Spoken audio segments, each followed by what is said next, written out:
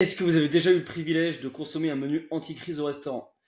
À défaut de vous proposer une expérience sensorielle et gustative, on va aller voir ce que fait ce restaurant avec la tendance du moment choisie par certains restaurateurs pour sortir de la crise.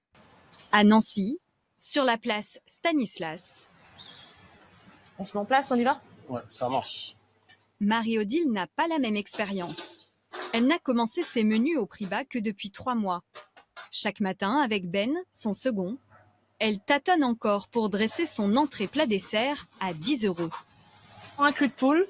Ouais, Donc là, tu prends la joue, tu la mets ici, et là, tu les filoches. d'accord, D'accord?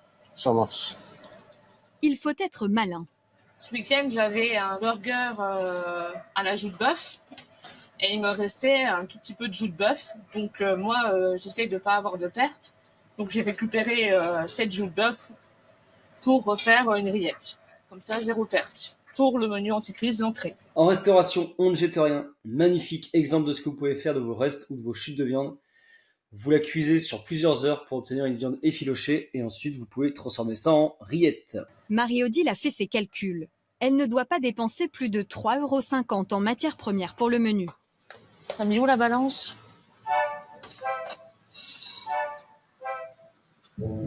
Et là, on est déjà à 50 grammes.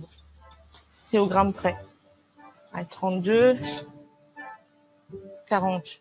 Il y a 40 centimes de joue de bœuf, 15 centimes de pain. Après, il y a la mayonnaise, il y a les cornichons, les oignons, la marmelade, les pousses de radis aussi dessus. C'est 1 € pour l'entrée. Une entrée plutôt réussie.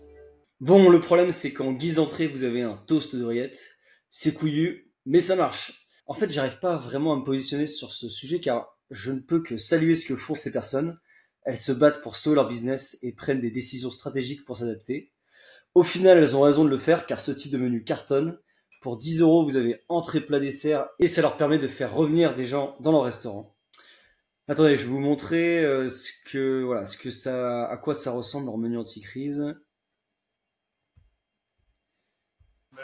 10 €, entrée, plat et dessert.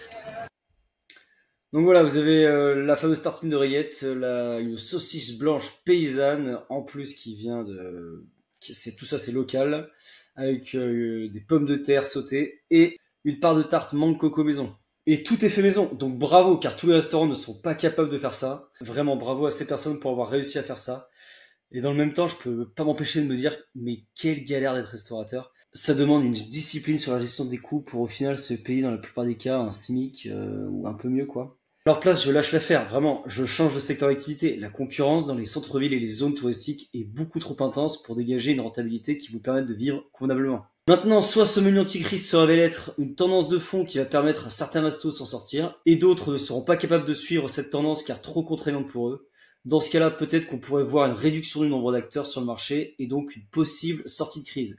Soit vous vous retrouvez dans une situation où tous les restos font ce choix du menu anti-crise, ce qui fait qu'au bout d'un moment, ceux qui avaient pu tirer leur épingle du jeu voient leurs concurrents revenir à leur hauteur, et du coup on se retrouve au point de départ. Je partirai d'ailleurs plutôt pour cette hypothèse, car c'est un modèle qui semble plutôt facile à reproduire. C'est en général le problème de la stratégie de domination par les coûts. Dernière hypothèse à ne pas exclure, cette tendance s'essouffle et on revient sur ce qu'on nous a rabâché pendant 10 ans. Les gens veulent de la qualité, du fait maison, du local. Parce que là, vous avez un resto qui arrive à naviguer sur le fait maison à bas prix, mais vous en avez d'autres où on est plutôt sur le modèle de la cantine ou de la restauration collective.